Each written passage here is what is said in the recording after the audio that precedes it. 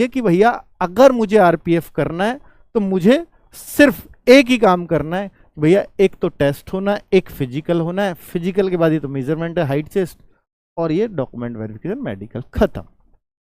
Height सबसे बड़ी बात है कि भैया 165 सेंटीमीटर हाइट पर आपको आरपीएफ ही पुलिस की वर्दी पहना सकता है, सिर्फ 165 सेंटीमीटर हाइट, इतनी कम हाइट कहीं और नहीं मांगी जाती।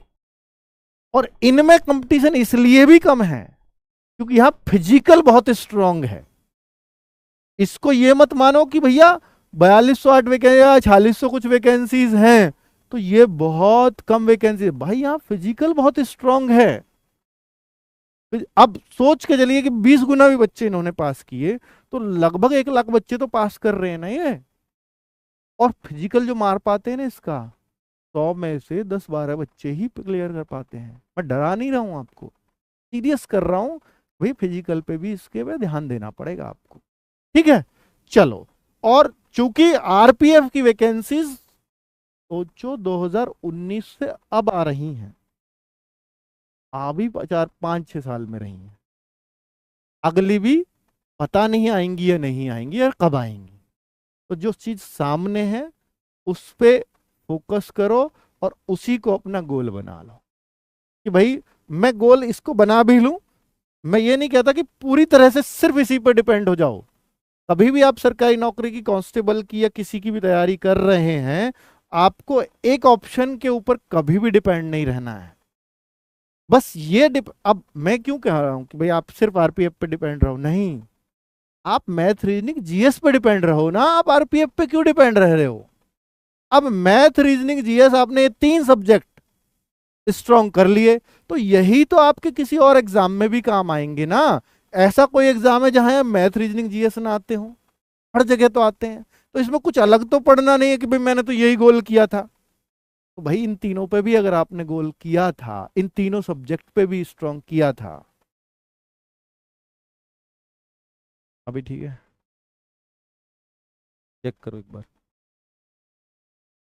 हाँ ठीक है बेटा, अब थोड़ी सी नेट की बफरिंग आ गई थी।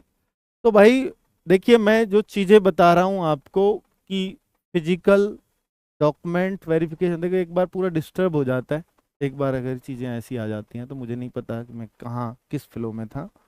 तो अभी मैं आपको बता देता हूँ कि जनरल अवेयरनेस, रीजनिंग, अर्थमेटिक, ये टोटल आपके 120 क्वेश्चन आते हैं, 120 मार्क्स हैं, 90 मिनट आपको मिलेंगे। ये 3 सब्जेक्ट ही हैं जो आपको हर जगह जीत दिलाएंगे। मत कहो कि मैं आरपीएफ की तैयारी कर रहा हूं, हमेशा कहो कि मैं मैथ, रीजनिंग और जीएस पे काम कर रहा हूं। अगर आप इन पे काम कर रहे हो तो एक ही नौकरी नहीं मिलेगी आपको, जब नंबर आएगा तो कई जगह आएगा, ठीक है। तो ऐसा फोकस करके मत करो कि मैं उस भर्ती की तैयारी कर रहा हूं।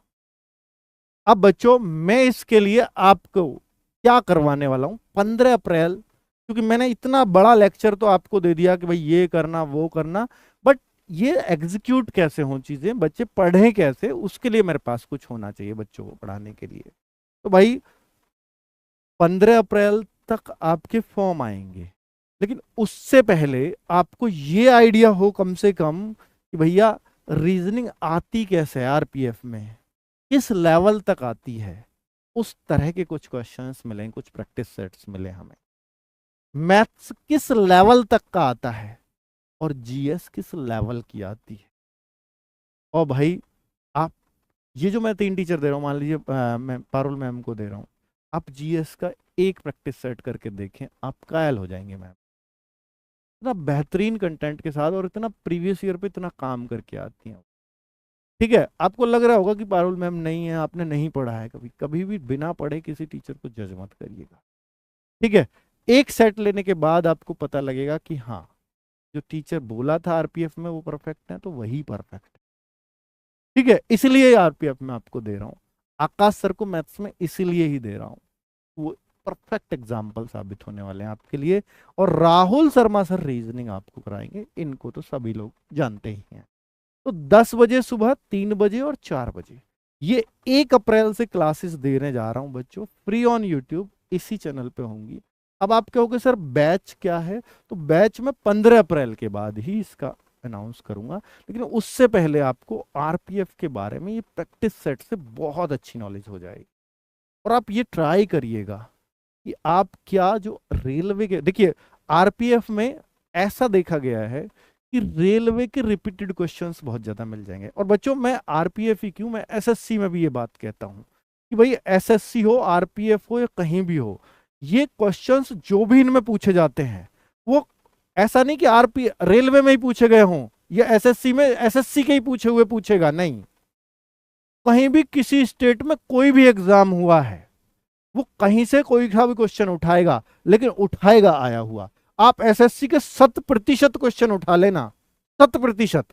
मतलब अगर एसएससी में 50 क्वेश्चन आए तो मैं 45 की गारंटी ले सकता हूं कि वो 45 कभी ना कभी किसी ना किसी स्टेट में, किसी ना किसी एसएससी ने, किसी ना किसी रेलवे ने कहीं ना कहीं जरूर पूछे गए होंगे वो। तो उस पे काम किया है आरडब्ल्यूए ने, तभी आज आरडब्ल्यूए इतना फेमस है। ठीक है, क्योंकि वो बच्चों की समस्या पे काम करता है। बच्चे को पता ही नहीं लगता था, नहीं अब तक नवीन सर से पहले कि भाई एसएससी की जीएस कैसी आती है। नवीन सर ने इसी बात को पकड़ा है। और नवीन सर ही क्यों, आरडब्ल्यू का हर टीचर इस बात पे काम कर रहा है। ये क्वेश्चंस आते कहाँ से, आप जीएस में भी देखोगे तो मैम को इसी चीज पर काम करके आएंगे। तो भाई ये सब चाहे वो प्रीवियस ईयर हो या कुछ भी हो, बेस्ट क्वेश्चंस आपको मिलेंगे, बेस्ट प्रैक्टिस सेट्स आपको मिलेंगे। और इसको हम ऐसा नहीं कि अभी सिर्फ 15 अप्रैल तक रखेंगे, नहीं, बाद में भी कंटिन्यू रखेंगे, आगे भी प्रैक्टिस सेट, चाहे वो दोबारा नए सीरीज नए नाम से चालू हो वो अलग बात है, लेकिन ये हम आपके लिए कंटिन्यू रखेंगे फ्री ऑफ कॉस्ट यूट्यूब पर। चलो ओके बच्चों, फिलहाल मैंने बहुत सारा लेक्चर इसलिए दिया है कि आप थोड़े से जग सको। आरपीएफ में नौकरी लेनी है तो 4660 पदों को मत देखिए, आपको नौकरी लेनी है तो आप मैथ, रीजनिंग, जीएस को देखिए कि ये 3 सब्जेक्ट हैं, बहुत मुश्किल चीज नहीं है। फिर 4660 वैकेंसी हो या 460 वैकेंसी हो, कोई फर्क नहीं पड़ता। ठीक है, चलो बच्चों, नमस्कार, धन्यवाद।